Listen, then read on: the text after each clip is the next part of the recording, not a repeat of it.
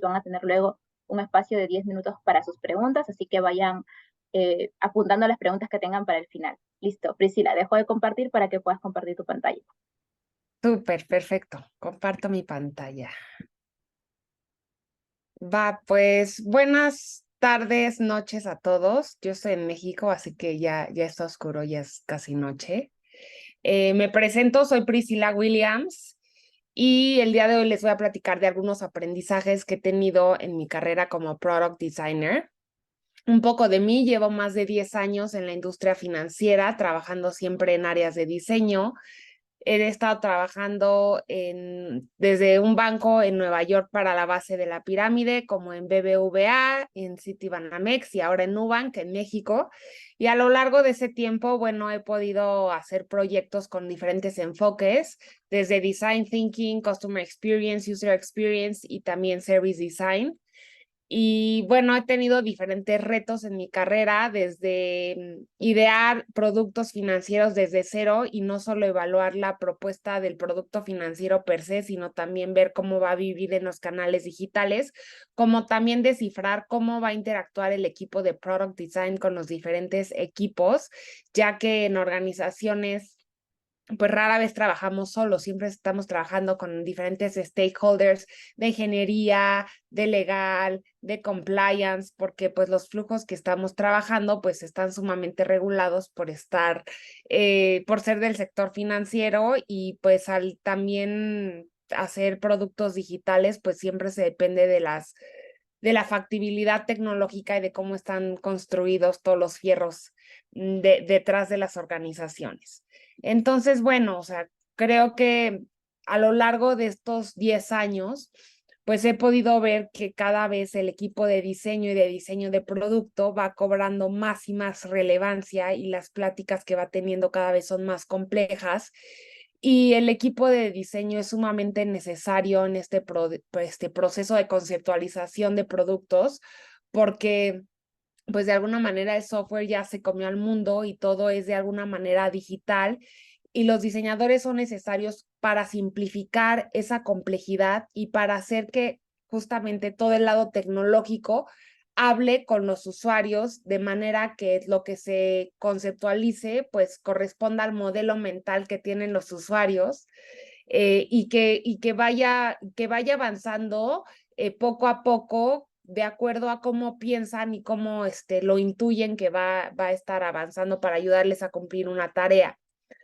La experiencia cada vez es más relevante, no solo a nivel digital, sino la experiencia holística dentro de una marca, dentro de un servicio, y ahora es el nuevo campo de batalla. Anteriormente veíamos que los competidores se peleaban mucho por precio, pero ahora vemos que los usuarios están dispuestos a pagar más dinero si obtienen un buen servicio.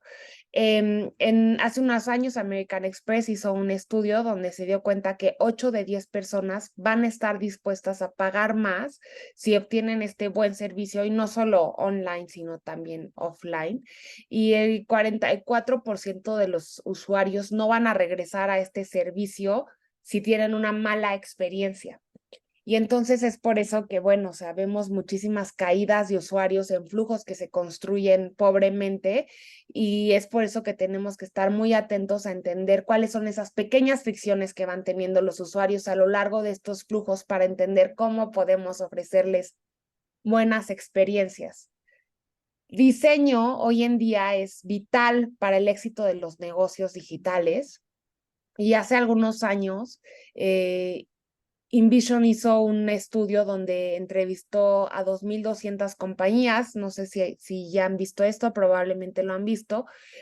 Eh, Hizo este estudio en 77 países, en 24 industrias diferentes, con las compañías donde había diseñadores que consumían InVision, y se dieron cuenta que pues el 41% de estas 2,200 compañías, el 41% de los diseñadores se veía como una fuerza productora, es decir, ejecutaba lo que otras áreas habían pensado. El 21% de estas compañías tenían a diseño de producto como conectores, es decir, de alguna manera ellos tangibilizaban las conversaciones que tenía ingeniería, legal, producto, y podían tangibilizar estas, o ejecutar estas pantallas y facilitar estas conversaciones. El 21% de ellos ayudaba también a construir cómo se iban a ver estas soluciones, es decir, también eran arquitectos. En el 12% de estas compañías, diseño también era científico, es decir, ayudaba a generar experimentos para a partir de estos experimentos tener data que ayudaran a entender cómo tenía que ser la estrategia, cómo tenía que ser el servicio, cómo tenía que ser el producto. Y tan solo el 5% de estas empresas tenían a diseñadores como visionarios.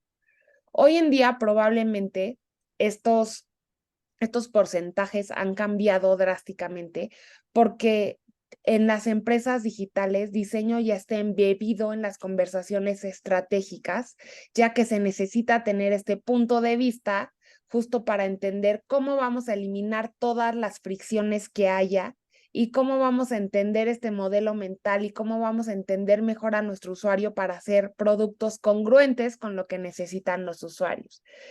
Entonces, pues la conversación se vuelve muchísimo más interesante porque en las empresas que tienen a diseñadores en estas conversaciones estratégicas, pues han demostrado que tienen, según el Dow Jones, hasta 4 veces más revenue que las que no, que tienen un ahorro hasta del 85% en costos, porque claro, hay menos retrabajo, porque pensar como diseñador, y ustedes ya lo saben, significa empatizar con el usuario y también prototipar, lo que muchas veces nos va a ahorrar muchísimos costos, aprender barato, fallar rápido, aprender barato y aprender rápido, ¿no?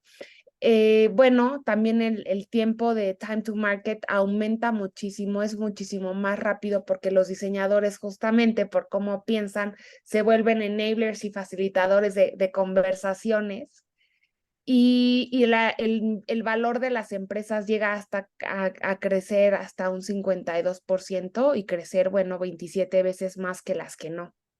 Entonces, pues diseño se vuelve ya muy relevante para la innovación. Y bueno, o sea, ustedes conocen que ya hay 10 tipos de innovación según Dublin, dividido en 3 bloques. Se puede innovar o hablar de diseño en cuanto al modelo de negocio, cómo vamos a generar el dinero, de dónde va a venir ese revenue, con qué alianzas estratégicas se van a generar para generar, sí, qué alianzas estratégicas se van a generar para aumentar el valor para los usuarios, cómo vamos a estructurar el equipo, cuál va a ser nuestro proceso de construcción, cómo vamos a generar que este producto y cómo se va a desempeñar, cómo a través de diferentes productos que se conecten con este producto vamos a generar un sistema que ayude a aumentar el valor de nuestra marca, de nuestro servicio.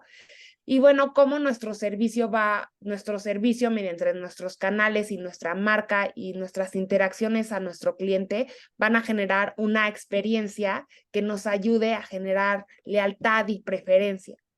En todas estas conversaciones que si se dan cuenta pues tienen que ver con tecnología, negocio, etcétera, pues diseño está presente y la manera de pensar de un diseñador es muy valiosa porque es diferente a la de todos los demás dentro de este sistema de stakeholders. Y bueno, pues cada vez es más relevante generar estas conexiones y no solo hablar de diseño de producto, sino que a lo largo de mi carrera, y esto se los voy a platicar más adelante, pues me he dado cuenta que todo producto está anuado a experiencias y es por eso pues, que empezamos a hablar ya más bien de diseño de servicios, porque o sea, cualquier cosa que nosotros estemos diseñando en digital va a estar conectado tal vez a cómo lo van a atender en el call center o cómo se va a generar una venta o cómo le van a dar seguimiento a otros equipos mediante estos flujos. Entonces los diseñadores juegan un papel pues muy importante dentro de estas conversaciones porque ayudan a conectar todas las conversaciones, ayudan a disparar también diferentes acciones en los usuarios y es por eso que el diseño pues no solo simplifica la complejidad, sino que ayuda a que todas estas conversaciones y la conversación de cómo vamos a nosotros servir a los usuarios amarre y podamos tener una visión más holística a cómo vamos a tener este approach pues de diseño, ¿no? Entonces, pues el día de hoy yo les quería platicar algunas lecciones que yo he aprendido y algunos retos en los que sí, las lecciones que he aprendido a lo largo de este tiempo. Probablemente algunos de ustedes pues ya estén muy metidos en el mundo del product design. Hay unos que están comenzando, entonces la idea es que ustedes pues puedan aplicar o tener en mente algunas de estas cosas que yo he visto. La primera es que muchas veces nosotros dentro de nuestra práctica tenemos palabras muy específicas que algunos stakeholders comprenden y algunos no. Y nosotros entendemos también el valor de nuestras herramientas y no necesariamente nuestros stakeholders las comprenden tanto, ¿no? Hablamos de service blueprints, hablamos de nuestros flujos, de nuestras user personas, del research, pero creo que para poder generar estos vínculos y sinergias con otros equipos y poder trabajar mejor con ellos, tenemos que aprender a hablar también de lo que hablan ellos. Entonces, algo que yo he visto en los equipos de diseño es que somos muy apasionados de lo que hacemos y tendemos a enfocarnos mucho en cómo se ve la pantalla o cómo se ve el flujo y no muchas veces estamos viendo los números que está revisando negocio o qué está observando legal, y es muy importante entender qué es lo que está buscando cada uno de los stakeholders dentro de este flujo para poder fungir como diplomáticos y poder encontrar estos puntos medios, no solo dentro de lo que quiere el cliente, aunque claro, nosotros somos la voz del usuario, sino también reflejar todas estas conversaciones de los diferentes stakeholders dentro de esos flujos. Es muy importante que entendamos las necesidades no solo de los usuarios, sino también de con quien trabajamos para que nuestros flujos sean muy comprensivos y el negocio los impulse, o sea, que que obtengamos su buy-in y que ellos trabajen de la mano con nosotros para que no sea solo un hijo de diseño esos flujos, sino que sea pues un hijo de todos.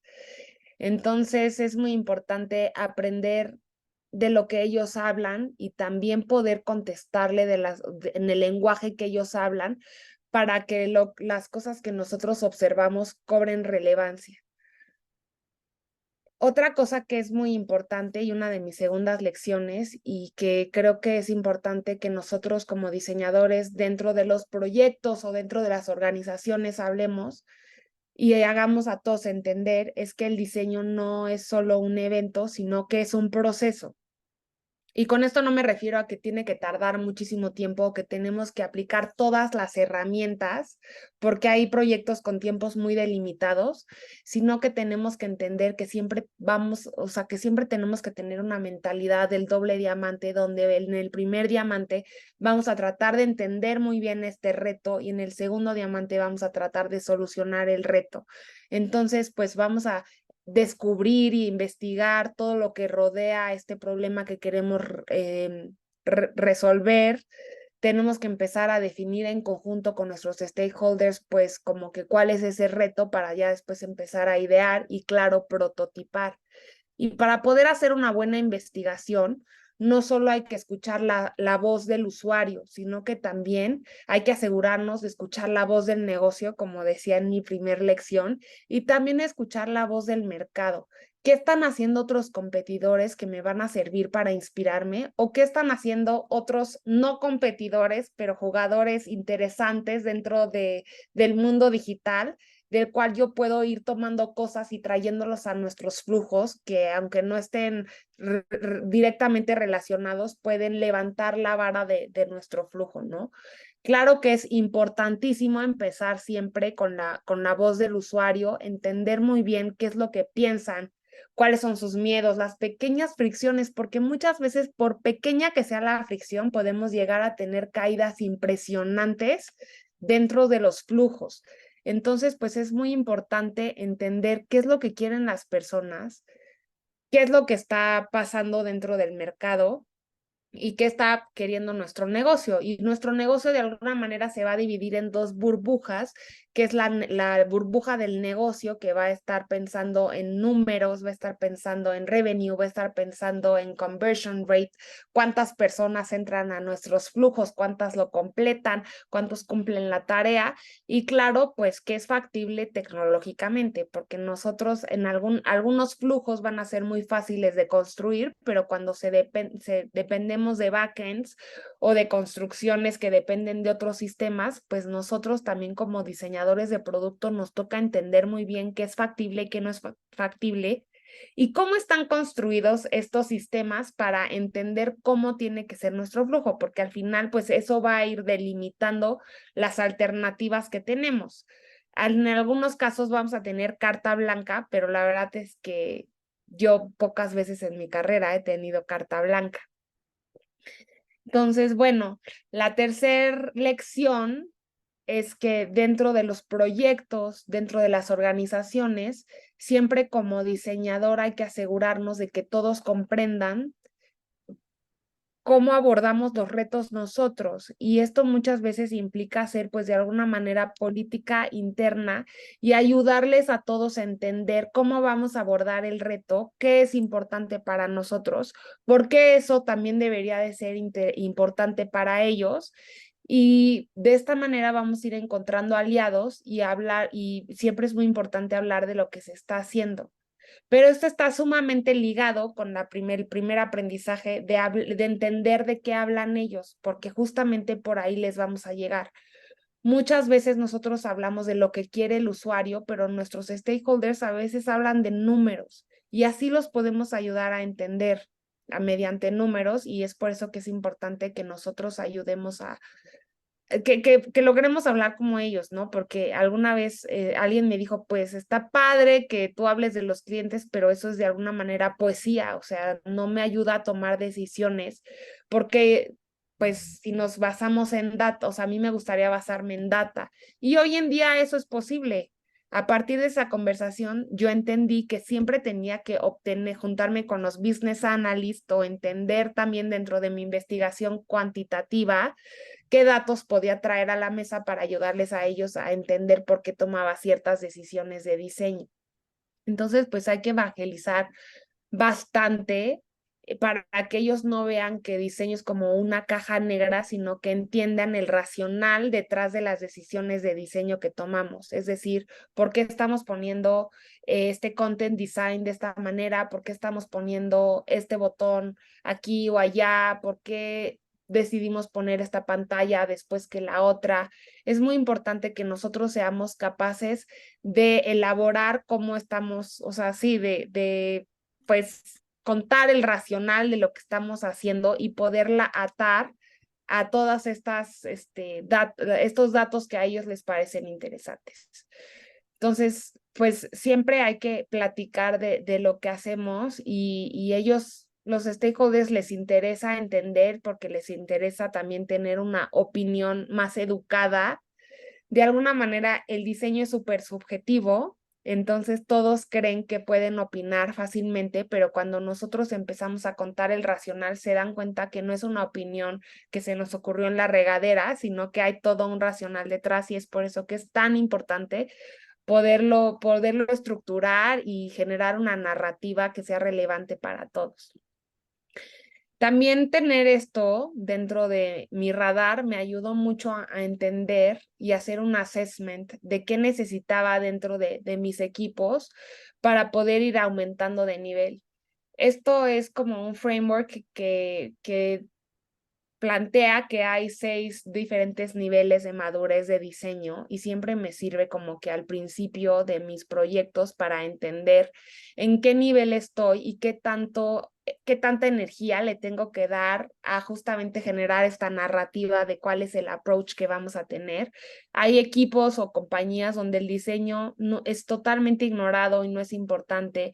Hay otro que ya es interesante, pero recibe pocos recursos. Hay otro que ya está involucrado, es importante y empiezan como que ya involucrarse en algunas conversaciones interesantes. Hay otra que ya el diseño es súper crítico y los diseñadores están activamente involucrados en todas las conversaciones.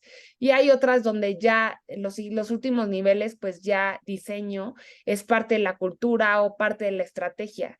Entonces, o sea, una vez que entendamos en dónde estamos, dentro de este framework podemos ver también qué tantos kilos le vamos a echar justamente a generar estas explicaciones, explicarles a los usuarios, a los stakeholders cómo vamos a abordar el reto. Tal vez estás en un lugar donde ya entienden y no tienes que invertir tiempo en eso, ¿no? Entonces, la cuarta lección, o sea, es justamente que la cultura de diseño importa mucho para que los proyectos fluyan y para que el diseño que se plantee se respete o vaya evolucionando de la mano de las conversaciones de los stakeholders con los diseñadores.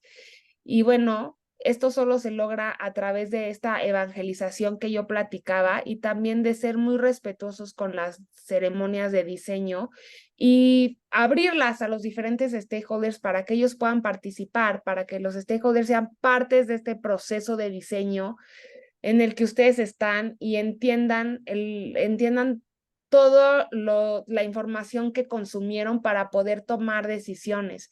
Es muy importante que entiendan del research que hicieron, de las user personas que definieron, de cómo las definieron, de qué data tomaron en cuenta, de qué problemas identificaron de los usuarios, de qué análisis hicieron dentro de los flujos actuales o cómo plantearon su flujo para tomar esas decisiones. Y entre más las abran, pues más conversaciones de diseño van a generar y se empieza a volver una participación muy interesante donde no solo los stakeholders se ven enriquecidos, sino también nosotros diseñadores nos vemos sumamente enriquecidos. También otra cosa que es muy importante que pongamos atención, y mi quinta lección, es que la consistencia y la calidad de diseño es muy importante porque genera confianza no solo en nuestros stakeholders, sino también en nuestros clientes. Creo que el 80% de los usuarios en menos de un minuto pueden evaluar si tienen confianza o no en un flujo de acuerdo a los errores que pueden ver visuales. O sea, tal vez no son expertos diseñadores y no pueden ver que las cosas están mal alineadas o no hay congruencia en los colores o que estamos hablando de diferentes maneras en nuestro tono, pero se pueden dar cuenta de, o sea, que algo anda mal y no les da confianza. Entonces es muy importante poder lograr esta consistencia y calidad. Y bueno, esto lo podemos lograr a través de ser muy metódicos. Y creo que es importante el balance entre ser metódico y también ser práctico, porque no en todos los proyectos vamos a poder aplicar absolutamente todo lo que sabemos y todas las herramientas que ustedes aprendan. Hay proyectos en los que tienen que sacrificar bastante del proceso, pero sí hacer muy profundamente algunas herramientas para poder avanzar, ¿no? Y bueno, pues nos pueden ayudar mucho todo lo que tenga que ver con Design System.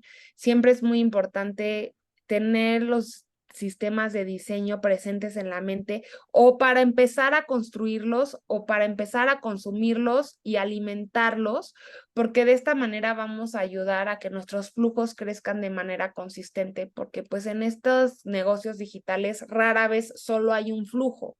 O sea, probablemente conforme pasa el tiempo se van a ir construyendo más cosas, ya sea en web, en mobile, y hay que asegurarnos de que estamos hablando de una manera congruente y que nos estamos mostrando de manera congruente. Otra lección importantísima es que si queremos mejorar nuestros diseños, siempre tenemos que estar consumiendo data de cómo se desempeñan. Entonces, el diseño tiene que ser medido, o sea, tenemos que entender muy bien, ya sea mediante herramientas analíticas, cómo están convirtiéndose nuestros usuarios o cómo están comportándose dentro de cada pantalla, ya sea en flujos que están en producción o también en nuestros usability test. O sea, tal vez podemos hacer entrevistas y ver cómo están interactuando los usuarios con nuestros flujos para ver cuántos usuarios realmente están completando la tarea, cuántos dejan de completarlo. Y bueno, o sea, yo que he tenido la oportunidad de ya ver, de medir flujos en producción a gran escala, porque al final pues los bancos tienen muchísimos millones de clientes, pues podemos vernos que muchas veces un botón que tiene el copy incorrecto, en lugar de decir continuar, dice contratar tal vez, y al usuario le genera un poquito de fricción porque todavía no tiene la información completa para atreverse a contratar. Ahí mismo, millones de clientes dejan, o sea, se caen del flujo. Entonces, estas pequeñas pistas y estas mediciones nos ayudan a ver qué hay que corregir y a seguir aprendiendo para ver cómo estas fricciones deben de ser evitadas. O sea, siempre traten de obtener información de los usuarios, no solo antes como input para diseñar, sino también después, una vez que está listo, qué aprendizajes nos va a dar, ya sea en prototipos o en producción. Y bueno, mi séptima lección es que, como les dije, todos los diseños no, o sea, todo el diseño de producto se convierte en diseño de servicios porque está sumamente conectado con otras áreas y otras áreas van a interactuar con estos flujos. Entonces, siempre hay que estar generando las conversaciones con todo el ecosistema y con todos los puntos de contacto y con todos los equipos que van a estar interactuando para poder generar flujos realmente holísticos y que estén contemplando todas las aristas y todas las casuísticas y los corner cases, etcétera, ¿no? Es muy importante entender cuál es esta experiencia dentro de cada uno de los puntos de contacto, qué emociones están generando y cómo también podemos mitigar errores de otras partes del sistema dentro de nuestro flujo. Entonces, mi consejo para ustedes dentro de Product Design sería que incluyan siempre y tengan un entendimiento de qué está pasando en los diferentes equipos y en los diferentes canales, pensando no solo en cómo interactúa el usuario con su flujo, sino en todo su journey de punta a punta. Hay que atrevernos a romper silos y facilitar estas conversaciones para poder asegurar la consistencia en todos los canales. Y bueno, o sea, como que muchas veces es retador porque hay muchas personas involucradas o muchos objetivos dentro de algunos flujos y entre más conexión tengamos con los diferentes stakeholders, pues flujos vamos a poder generar flujos más comprensivos. Entonces, bueno, estas son como que un pequeño recap de las 7 lecciones que les platiqué el día de hoy. Eh, Siempre es bueno que aprendan a hablar como sus stakeholders y qué les importa a ellos para poderlo reflejar en sus diseños. Siempre hay que tener en cuenta que el diseño no es un evento, sino que es un proceso y que hay que ser metódico, pero muy práctico y entender cómo vamos a abordar ese proceso y con qué herramientas, en qué time, también en qué tiempo, en el qué time frame. No hay que olvidarnos del poder de negociación, de conectar silos, de hablar, de entender qué está sucediendo en los diferentes hilos de los proyectos. La cultura de diseño y generarla es importantísimo para que sus proyectos pues vayan floreciendo. Es muy importante para obtener la confianza de nuestros equipos y de los usuarios, esta calidad y esta consistencia. Eh, Les recomiendo muchísimo porque van a tener muchos aprendizajes, medir sus diseños y aprender de estos pequeños errores o de estas pequeñas fricciones y siempre tengan este panorama de que fuera de su flujo suceden muchas cosas y hay que tenerlas conectadas. Y ya, o sea, es muy importante entender que lo que nosotros hacemos es como una pequeña parte de un pastel y si lo cocinamos solos, pues va a haber áreas que tal vez no estén tan convencidos, pero si invitamos a todos los stakeholders y a todas las áreas compañeras a que cocinen ese pastel con nosotros, pues va a ser muchísimo más fácil que ese pastel le guste a todos, sea muchísimo mejor pastel y esto es poderosísimo. No lo olviden. Y bueno, pues ya con esto creo que me pasé unos minutitos, pero no sé si tengan dudas, reflexiones que quieran compartir, comentarios, me encantaría escucharlos. Gracias, Priscila. Sí, ahí por el tema de los tiempos, vamos a tener un espacio para unas 2 preguntas Entonces ahí no sé quién levanta la mano primero para poder tener ese espacio ahora.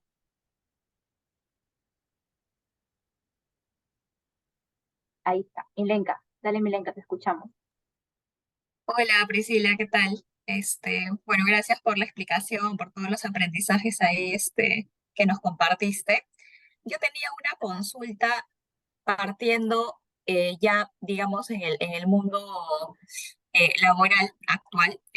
Si partimos desde un reto de diseño, por ejemplo, ¿cómo gestionas o de acuerdo a tu experiencia, cómo has gestionado el tiempo de esos entregables, ¿no? Porque entiendo que, no sé, cada reto que haya en función a lo que se quiera desarrollar, siempre tiene como ciertas pautas, ciertas técnicas, no sé, métodos de investigación a nivel cualitativo, cuantitativo. Entonces, ¿cómo haces para poder sacar como que un entregable, un primer entregable, como que cumpliendo todos los requisitos que se tiene a nivel de producto y a nivel de usuario, y como que sacándolo también como que ágil, ¿no? Porque generalmente siempre trabajamos, o en la mayoría de casos se trabaja como con metodología ágil y siempre hay temas de gestión del tiempo y sprints y todo eso, ¿no? Va, creo que no hay una respuesta fácil como blanco y negro a tu pregunta, Milenka. Al final depende de cuánto equipo tienes, de cuál es la complejidad del proyecto, pero creo que siempre como que hay como dos fuerzas que mueven estas fechas para entregables. Uno es el time frame que el negocio tiene destinado y claro que es negociable, siempre podemos empujarlo un poco si es necesario. Y otro es como que cuál va a ser nuestro approach al proyecto. Entonces, una vez entendiendo el reto, podemos ver qué herramientas de nuestro proceso del doble diamante vamos a realizar. Entonces, pues siempre es importante entender qué es lo que dice el negocio, de hacer un benchmark del mercado, tal vez, y escuchar al usuario, hacer un análisis de los flujos actuales.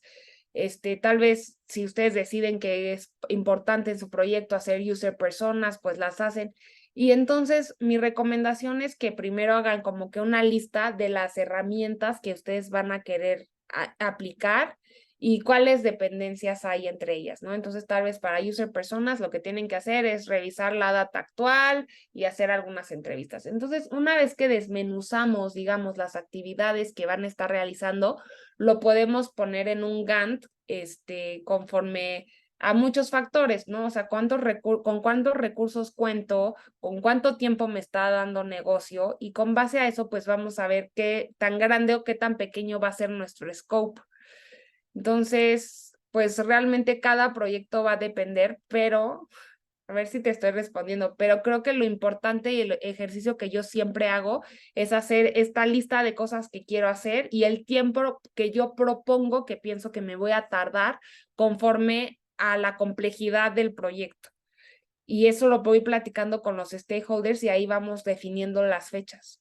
Porque como que tal como una receta, no hay, cada proyecto es diferentísimo en cuanto a Tal complejidad. cual. Buenísimo. Y creo que de eso también parte un poco la evangelización, ¿no? A los stakeholders para que también entiendan y se adapten mucho a cómo trabaja, a cómo funciona el diseño, ¿no? De hecho, es un súper buen momento. O sea, una vez que hago el plan, una de mis primeras actividades es presentarles el plan y explicarles de qué trata cada uno de los esfuerzos que voy a hacer y qué voy a obtener. Y trato de no hacerlos esperar por un gran entregable, sino que voy faseando las entregas. Es decir, mi primera entrega va a ser, les voy a compartir todo mi ejercicio de entendimiento y ahí vamos a entender quién es el usuario, qué piensa, la. Entonces, como que les voy soltando a lo largo del proceso bits de información y explicándoles por qué me sirve tener esta información o por qué me sirvió a mí hacer este ejercicio para este resultado final al que queremos llegar. Y como tú dices, pues ya eso los va educando muchísimo para los siguientes retos. Mm, buenísimo. Gracias, Priscila. A ti. Gracias. Y terminamos con la pregunta de Axel. ¿Qué tal, Priscila? Pues primero que nada, muchas gracias por compartirnos toda esta información. Mi pregunta pues va un poco enfocada a que nos comentas que llevas pues 10 años en los cuales has visto la evolución de metodologías, la renovación de muchos procesos, etc., etc., ¿no? Y ahora con el auge de de la AI, de toda esta parte de inteligencia artificial, a mí me gustaría saber pues uno, ¿cuál es tu postura? Y dos, ¿cuáles todavía serían esas actividades que tú delegarías a una inteligencia artificial y cuáles todavía a una persona como diseñadora? Ay, qué buena pregunta. Pues mira, si futureamos muchísimo, o sea, yo creo que en unos 7 años, si el AI avanza como prometen que va a avanzar, pues realmente mucho de lo que hacemos podría ser absorbido, ¿no? Por un AI, así como todas las profesiones. O sea, ahorita el reto es que casi que todo lo va a resolver AI. Pero la verdad es que siempre va a haber alguien que tenga que pedirle al AI qué es lo que necesita y cómo va a resolver el reto o cuál va a ser el approach. Entonces, creo que en temas como mediciones de los diseños, y identificar pain points, nos va a ayudar muchísimo el AI, ni siquiera a largo plazo, o sea, tal vez a largo plazo pues ya lo que hagamos cambie totalmente, pero yo creo que en unos 3 años sí vamos a poder entender perfectamente qué es lo que no está funcionando o funciona mejor. Y tal vez cosas como content design se faciliten muchísimo más también con AI. Em, pero bueno, o sea, como que es un escenario incierto, la verdad, no le he dado tanto pensamiento a esto, así que no te voy a inventar. Ok, gracias. A ustedes. Gracias, Priscila, por este espacio. Ha sido súper potente escucharte. Y bueno, ahora vamos a tomarnos la foto final. Entonces vamos a dejar de compartir la pantalla para tomarnos la foto. Vamos prendiendo nuestras cámaras mientras tanto. Buenísimo, listo. Entonces ahí vamos animándonos todavía a encender nuestras cámaras. Me parece súper chévere porque todos y todas tienen su fondo. Eso está súper bueno. Listo, entonces a la cuenta de tres. Dale. 3, 2, 1. Listo, listo. Muy bien. Otro más porque falta la cuadrícula de acá. Listo. A ver. 3, 2, 1. Perfecto. Los tengo. Listo. Luego les voy a compartir la foto por el canal de WhatsApp. Gracias, Priscila, una vez más. Bienvenida y esperamos verte en una próxima oportunidad. Gracias. Ver, mucho éxito a todos. Chao. Chao, Gracias. chao. Chao, gracias por todo.